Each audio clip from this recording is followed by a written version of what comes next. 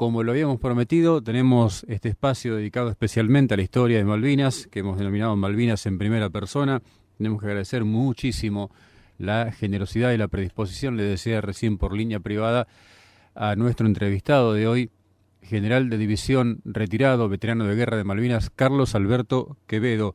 Buenas tardes, general, ¿cómo le va? Un gusto saludarle. Buenas tardes, pero lo escucho muy bajo, discúlpeme. ¿Ahora nos escuchamos un poco mejor? Un poco mejor, sí. Bien. Le decía de nuestro agradecimiento por estos minutos para contarnos su historia en Malvinas, para ir ubicándonos, para ir poniéndonos en situación general. ¿De dónde es originario usted? Yo nací en la capital federal, pero los 40 días me llevaron a la provincia de Mendoza porque toda mi familia es de mendocina. ¿Hay historia militar anterior o usted fue el primero en tomar la carrera de las armas?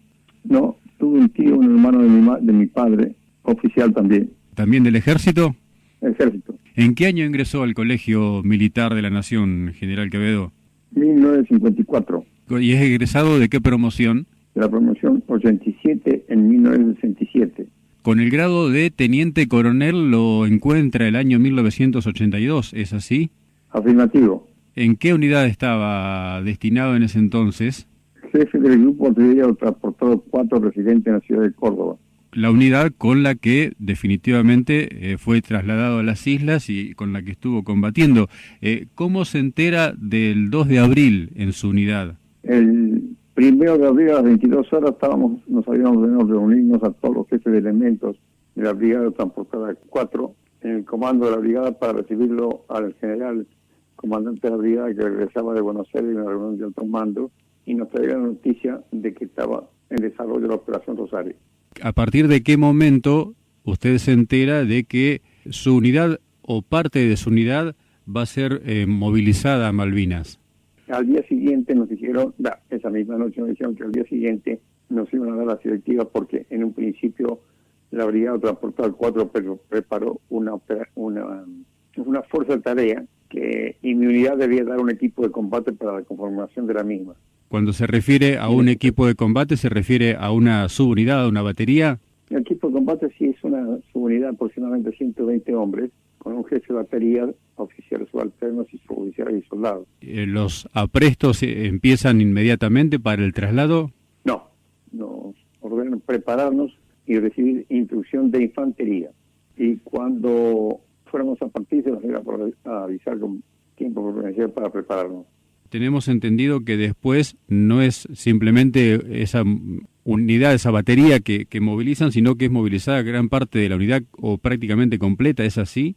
Afirmativo. El 22 de abril a las 22:15 horas me llaman por teléfono comandante del tercer cuerpo de ejército que me presenta en su despacho, lo hago, y entre las 22:30 y 20:15 del día siguiente recibo las órdenes pertinentes para marchar a Malvinas con toda mi unidad, con la totalidad de cañones, solamente 3 vehículos livianos y 70 toneladas de munición. ¿De qué cantidad de personas estamos hablando? ¿De qué dotación estamos hablando de movilizar, general? Yo llevé 362 hombres solamente porque debía llevar el menor número de personal, pero disponía en mi unidad en esos momentos de 750 soldados porque tenía la mitad la clase 62 claro. Y la clase 63 incorporada.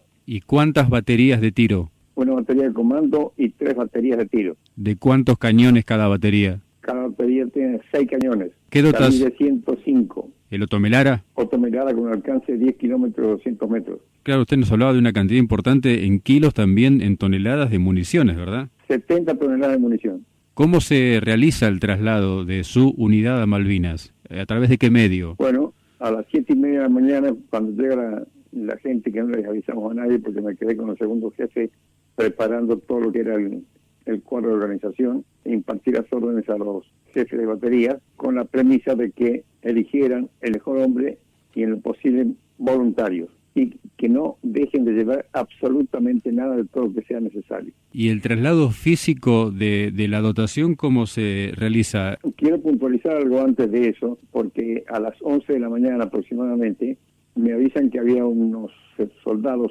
en la puerta de mi despacho, que eran aproximadamente unos 300 hombres, porque fue una fila de más de una cuadra y media, que me pedían ser incorporados al cuadro de organización voluntariamente.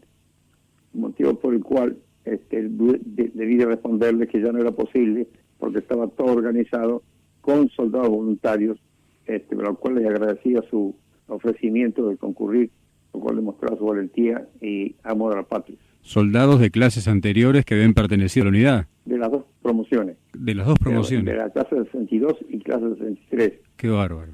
Y en consecuencia, a las 18:30 horas, primero le presenté al comandante de la brigada listo para marchar a la guerra, y a continuación el comandante del tercer cuerpo, general Guañamén Pereló, también listo para marchar a la guerra.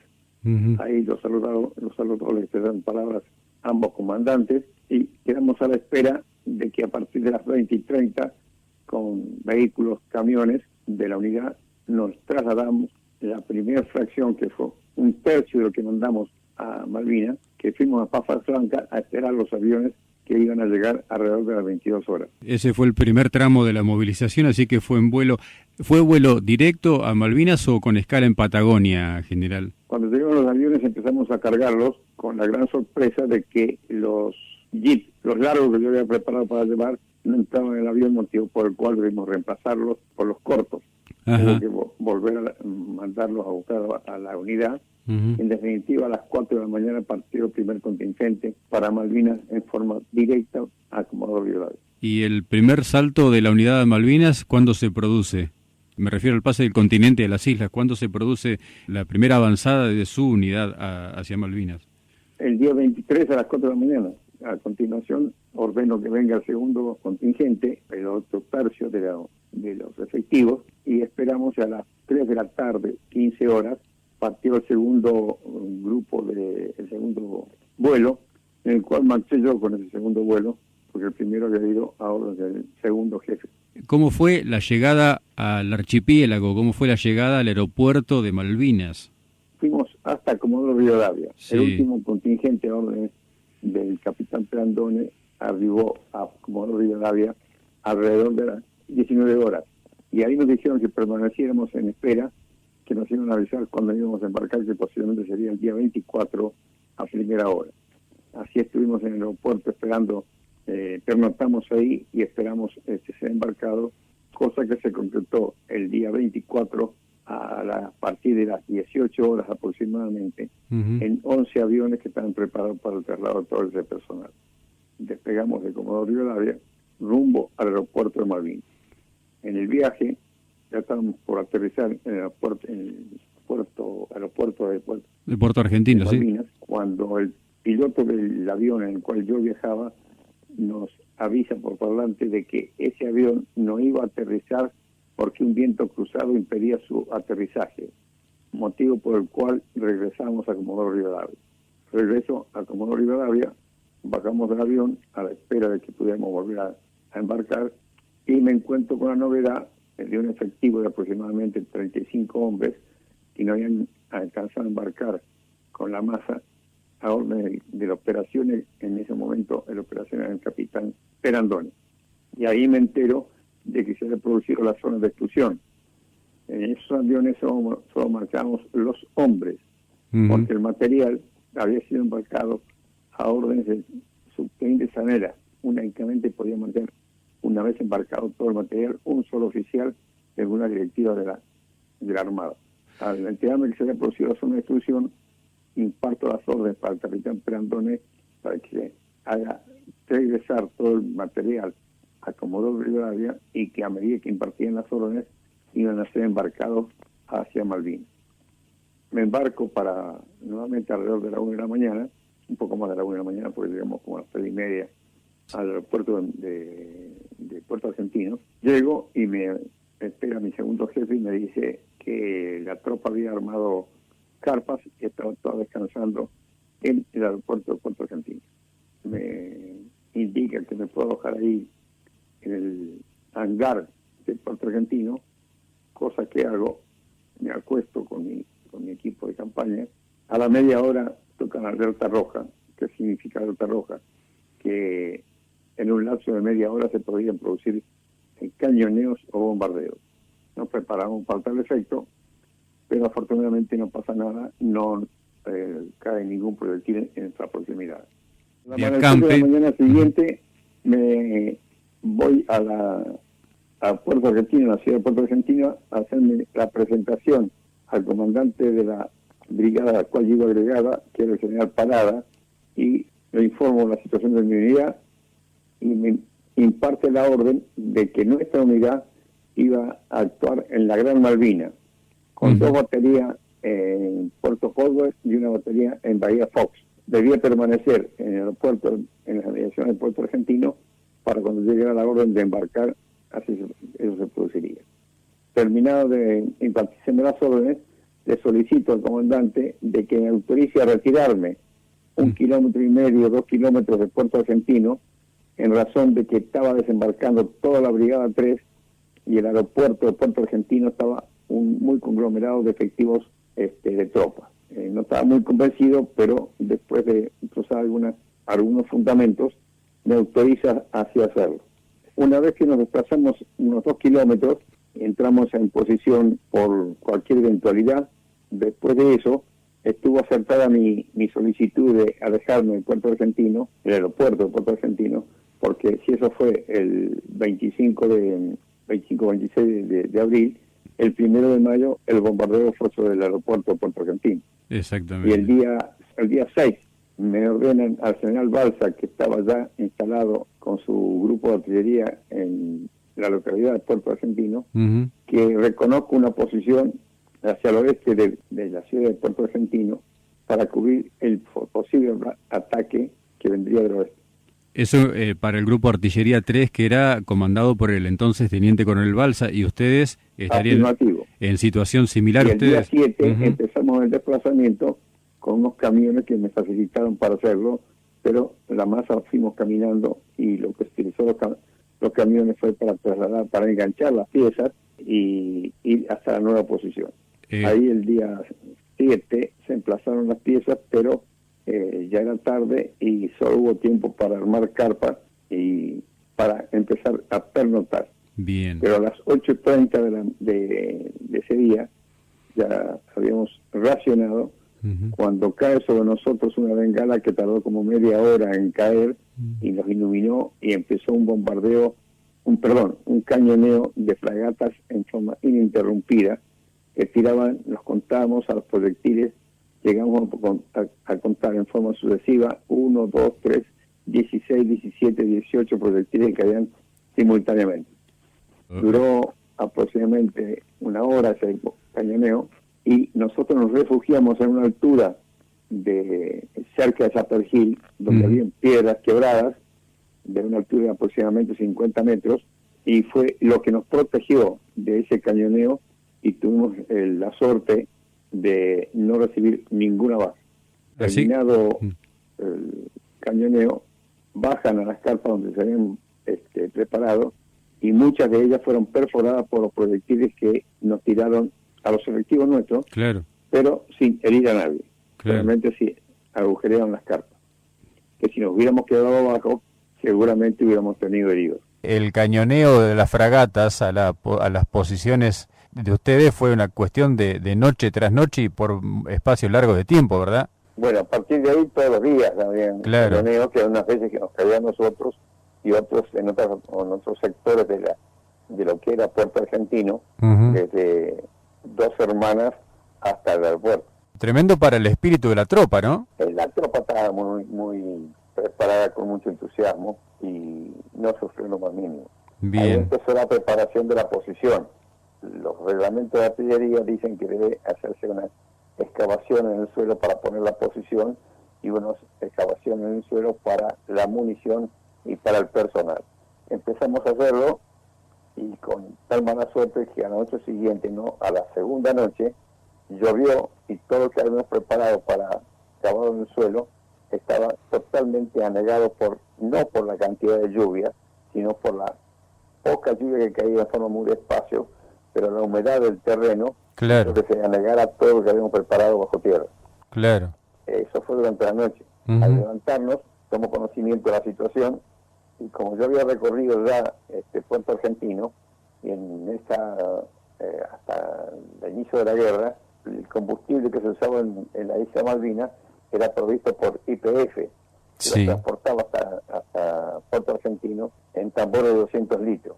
Ordeno traer tambores de 200 litros y formamos una posición, una defensa de la posición alrededor de la misma, abriendo las tapas de la parte de arriba de los tambores, llenándolos con turba. Turba es una especie de césped muy húmedo, lo cual daba consistencia a su contenido, y además lo rodeábamos a los tambores con turba, lo cual constituyó una posición de defensa de 1,30 m de alto, perdón, 1,20 m de base, sí, 1,50 m de alto, que formaba el refugio del cañón. Y a posteriori se hizo para la munición y luego para el personal, con 5 tambores por costados y 3 tambores a la entrada. Los cubrimos con turba y dio un gran resultado, a tal punto que caía un proyectil a 5 metros del refugio del personal, y las esquirlas eran absorbidas por la turba y no producían ningún tipo de baja. Qué buena protección, ¿no? Qué buena posición para el resguardo de los soldados, ¿no? De la tropa. Fue un gran resultado, una idea de gran resultado. Así Sí. permanecimos todos los días perfeccionando un poco más a la posición de fuego y dando instrucción a la tropa para que todavía no estaba del todo instruida. Pero la gran ventaja que tuvo mi unidad era que era tradición, fue y sigue siendo que en la Brigada Transportada 4 se cumplen los 4 periodos de instrucción. Al estar los 4 periodos de instrucción del año 81, mis cuadros estaban instruidos. En consecuencia, la mayor fracción que se manejaba era el jefe de pieza con 6 soldados. En consecuencia, el resultado de la instrucción de los soldados ya era totalmente adecuada para enfrentar una guerra. El servicio de pieza estaba totalmente aceitado, digamos. Totalmente aceitado. Qué bueno poder contar con la misma dotación de personal con la que uno tenía en instrucción, ¿no? En el continente, en sus bases en tiempo de paz, poder contar. Claro. Usted nos hablaba del resguardo en cuanto a lo que armaron con los tambores y demás, pero el equipamiento que tenía la tropa se hizo adecuado, pudieron soportar bien las inclemencias del clima y demás. Totalmente adecuado. El mismo equipo que tenía el soldado era el mismo equipo que tenía yo. Constituía el doble par de borceguíes, 6 pares de medias, bombacha, garibaldina y una campera y bivete, y una campera muy adecuada, que nos permitió soportar el clima de Malvinas sin ningún problema, porque era adecuado. Con la única variante que hacíamos, que usábamos 2 pares de medias, y al día siguiente, al terminar de utilizarla durante el día, sacábamos la que estaba arriba, la poníamos en contacto con la piel y poníamos un par de medias limpio. Y eso se hacía toda la noche, hasta que ordené que se hiciera eso. Todo el mundo hacía eso y no teníamos ningún tipo de problemas con el calzado. ¿Y el racionamiento cómo les llegaba, general? El racionamiento nos llegaba normal, igual que a todas las unidades, pero al tercer o cuarto día no era suficiente. En consecuencia, hice hacer una encuesta, proponía que juntáramos el racionamiento del mediodía y de la noche, y comíamos a las 2 de la tarde, 2:30, un racionamiento bien abundante, de tal forma de quedar satisfechos. Y a la noche tomamos un mate con un pan, y bueno, era la forma de pasar el día, alimentados, y dio buenos resultados.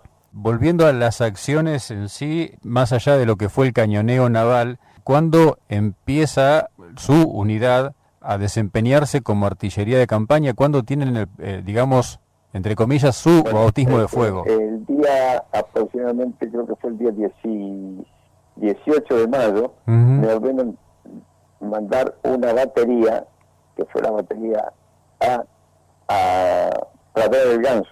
A las 4 de la mañana, creo que fue el día 18 de mayo, embarcamos en el puerto que se llamaba Puerto del Gobernador, distante unos 3 kilómetros del puerto argentino, y marchó a Pradera del Ganso en apoyo del Regimiento de Infantería 12 a orden del teniente Manuel Piaggi, donde fue la fracción del ejército argentino la primera en ser atacada después del desembarco inglés en Puerto San Carlos.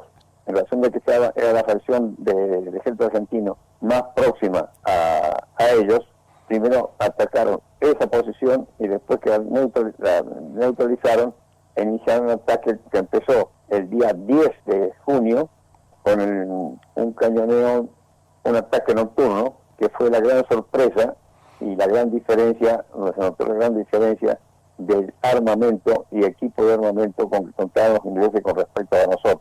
Porque al hacer un ataque nocturno, en primero fue sorpresa porque ellos tenían los suficientes elementos. Cada hombre de una sección tenía una mira telescópica que alumbraba donde tenía que tirar. A diferencia de nosotros que teníamos 2 para alumbrar a 31 hombres.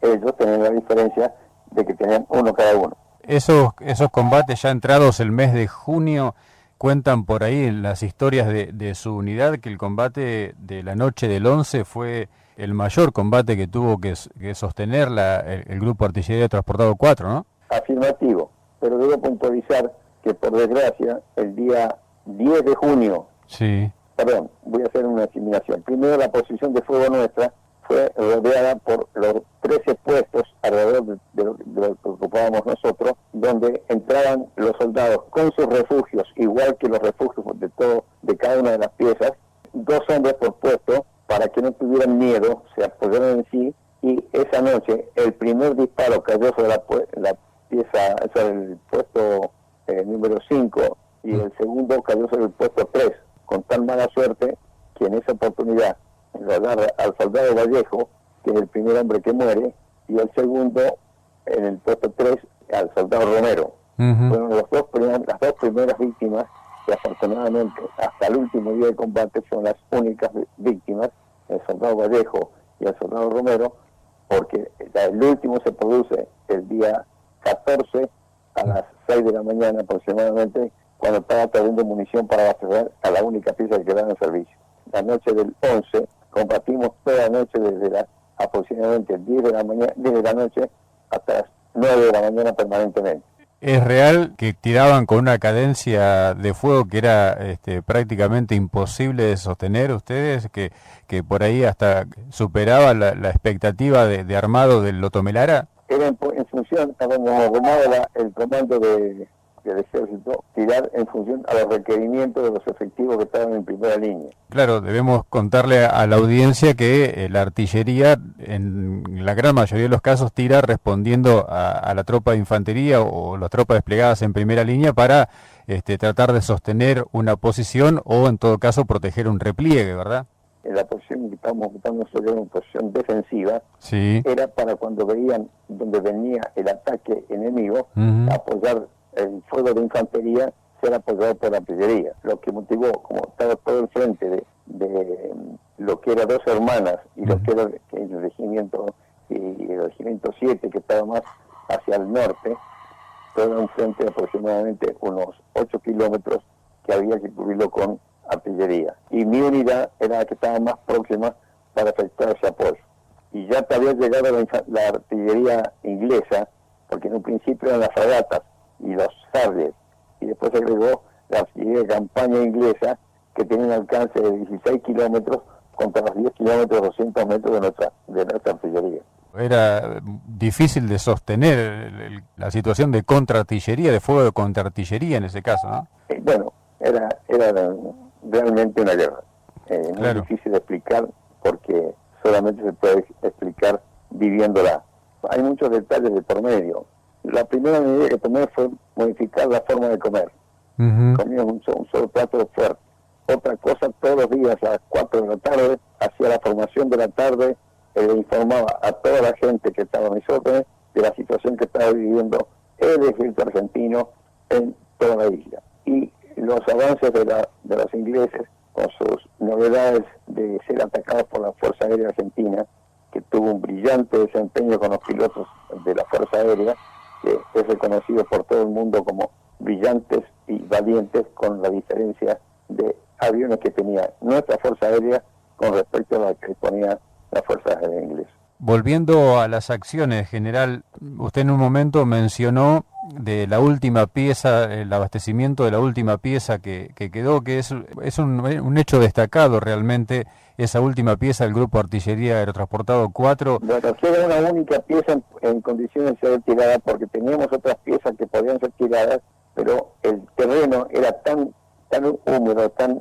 barroso, que quedaron enterrados de tanto tirar hacia el norte. Y el ataque vino desde el oeste porque hizo una conversión en Modi Group y nos atacaron de frente desde el oeste. Y quedó como única pieza, la pieza del sargento Mendoza, tirando. Y como ya me habían ordenado que podía hacer el repliegue, se efectuó el repliegue por los lugares que estaba previsto, pero la única pieza que quedó en servicio fue rodeada por un grupo de oficiales y suboficiales, dándole fuerza a la gente que estaba tirando con la única pieza que quedaba en servicio. Con la particularidad que unas 2 horas antes el jefe de pieza se resbala, se cae y queda mal golpeado y tiene que irse lo llevan al hospital de Puerto Argentino. Y ahí el jefe de batería, el subteniente Suárez, lo pone como jefe de pieza al soldado, le llaman la molita, no me acuerdo el nombre.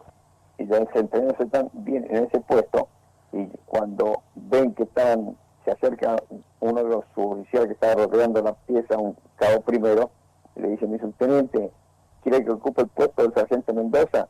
Y le dice: no, gracias, porque el soldado fulano se está desempeñando muy bien. Lo cual muestra 3 aspectos muy positivos: la del suboficial, que ve que podría ser ocupado ese puesto por un suboficial, se ofrece voluntariamente para ocuparlo; el oficial, que reconoce que el soldado está desempeñándose bien y lo deja en su puesto; y la eficacia del soldado, que siendo soldado se desempeña en un puesto de suboficial. Hablaba del repliegue de las tropas. Llega el momento del cese del fuego. ¿Cómo le llega a ustedes esta notificación, general? La última pieza tira hasta la última munición, cuando el enemigo ya estaba a 700 metros de nuestra posición. Y entre el enemigo y nosotros no había nada de infantería. Estaban tirando prácticamente con puntería directa. Sí, con la única pieza que estaba en servicio. Hasta que se tira la última munición y nos replegamos porque no teníamos con qué enfrentar a una infantería totalmente configurada con una única pieza de artillería, y el resto de las piezas eran replegados. Viene el repliegue entonces de todo lo que quedaba de la unidad de Puerto Argentino, la zona del aeropuerto. ¿Cómo fue el volver Ahí nos replegamos por los caminos que ya había ordenado que nos replegáramos, y nos juntamos detrás del cementerio de Puerto Argentino, donde representaron la unidad formadas, para yo hablarles, y es uno de los momentos más importantes porque ya veíamos la derrota de nuestra fuerza por parte de los ingleses.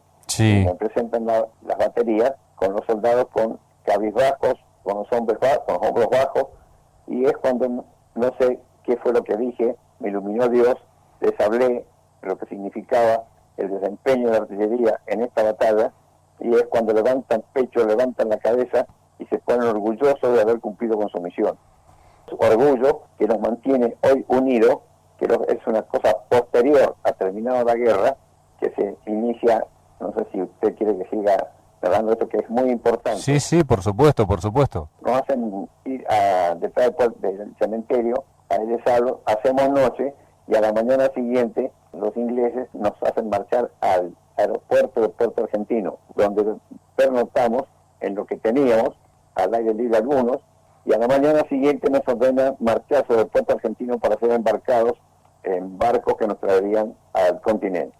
Pero a los oficiales, al segundo jefe de operaciones y a mí, nos separan y nos embarcan en un avión que despega cerca en el hipódromo de Puerto Argentino, y nos llevan prisioneros a San Carlos. Llegamos a San Carlos, éramos alrededor de 45 jefes y oficiales, y nos alojan en lo que había sido un frigorífico. Oficiales de la Fuerza Aérea, algunos de la Armada y la mayoría del Ejército.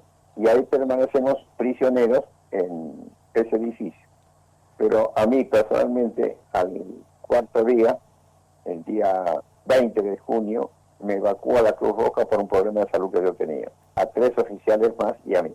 Una vez ya de regreso en el continente, ¿volvió al Grupo Artillería Aerotransportado 4 en Córdoba o fue destinado a otra unidad, general? No, volví a la misma unidad que había estado antes de partir, donde tenía cerca de 500 hombres ahí todavía. El día 12 de agosto me relevan como jefe, cuando relevan a todos los jefes de unidad, y caminando por la plaza de armas le digo al segundo jefe, le digo, mayor fulano, tenemos que determinar un día para juntarnos todos los años. Yo sugiero el día del bautismo de fuego. Si bien el bautismo de fuego lo realizó la batería A, Pradera del Ganso, a orden del capitán Chanampa, teniente primero Chanampa en aquella oportunidad, el nuestro fue el 11 de junio. Pero yo sugerí el día del bautismo de fuego, no hice diferencia si uno u otro, pero cuando empiezan a conmemorar el bautismo de fuego, ya no yo al frente de la unidad, sino quienes sucedió en mi puesto, lo conmemoraban el 11 de junio de los años 83, 84, 85 y 86. En el 87 me van a ver esos 5 soldados y me dicen, jefe, ¿no va a ir a la formación del 11 de junio? Por supuesto, si fuese a mía, ¿cómo no voy a ir? Pide un avión.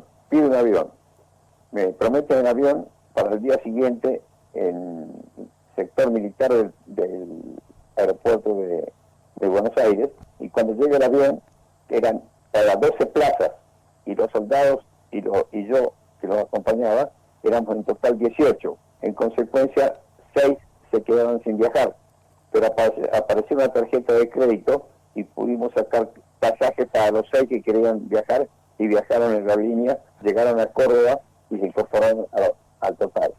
Qué bueno. A partir del año 1987, a la fecha, todos los 11 de junio, los viernes más próximos al 11 de junio, conmemoramos el bautismo de fuego del Grupo Artillero Transportado 4 en Malvinas.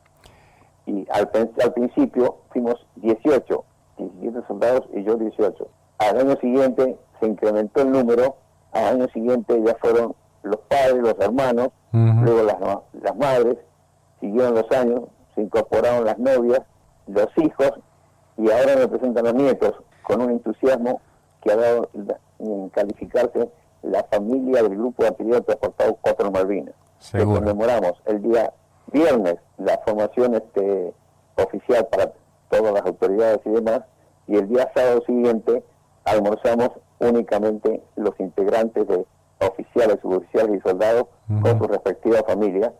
Hacemos una comida de camaradería que mantiene el espíritu de siempre. Qué orgullo, ¿no? Que se haya producido todo eso. Es una de las unidades emblemas de este tipo de reencuentros de veteranos, el Grupo Artillería Transportado 4. Realmente es un verdadero orgullo, porque el espíritu que ha formado la unidad se extiende como característica de que la Brigada de Transportado 4 usa boina roja. Sí. La mayoría de los soldados que fuimos a Malvinas eran de Buenos Aires, solamente 22 de Córdoba, pero han formado agrupaciones de soldados, y muchos soldados que no fueron del grupo se usan de boina roja, y cuando se juntan son mucho más de los realmente artilleros. General, ¿en qué año se retiró de la actividad? Me retiré en el año 1994. Ajá. Perdón, 95. ¿Y en qué cargo tenía entonces? En principio quiero decirle que yo pedí el retiro y no me retiraron. Tuve un desencuentro con una persona que no me agradó, entonces pedí el retiro. Estaba ocupando el puesto de comandante, fui comandante del 3er Cuerpo de Ejército, y en el último año me pasan como comandante de institutos militares. Ahí curso un año y en diciembre de ese año pedí el retiro. Yo le comentaba cuando hice el contacto hoy a la mañana que había visto algún comentario suyo referido a una publicación, una película por ahí que anda a las vueltas, y que por ahí, para la gente que no conoce del tema, la consideró importante, pero que sin lugar a dudas es para no tenerla en cuenta a esa película, porque habla muy mal de la historia y de los héroes y de los veteranos de Malvinas. ¿Es más o menos así? Bueno, eso lo escribió el soldado Esteban, que era y es periodista, y escribió el libro para una película, pero él, como perteneció al Grupo Artillero Transportado 4, mucha gente interpretó que lo malo y negativo que él puso, pues se apoyó únicamente en las partes negativas para hacer más dramática la película. Se pensó que el desempeño negativo de las fuerzas que representan en la película eran del Grupo Artillero Transportado 4, cosa que después hablé personalmente con él y me dijo que no era así. Ahí me entero que ese soldado había sido protegido porque tenía miedo, era un llamado cobarde, Sí, que no sí. se animaba a ocupar el puesto de soldado que le correspondía. Cuando hablo con él y me entero, me reúno con la cúpula que manejaba la agrupación de los soldados en Buenos Aires, me entero del aspecto negativo de este hombre, motivo por el cual cortamos la relación y le dije que no podíamos, porque había tenido muchas agresiones, agresiones verbales fundamentalmente, por su desempeño en Malvinas.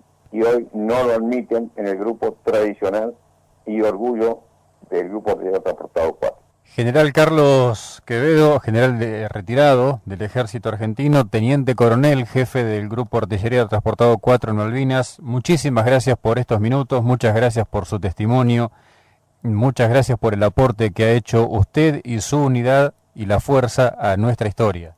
Al contrario, agradecido soy yo porque permite demostrar que los hombres que fueron a Malvinas, en su gran mayoría fueron soldados de gran valentía y hombres que representaban muy bien a nuestra querida patria.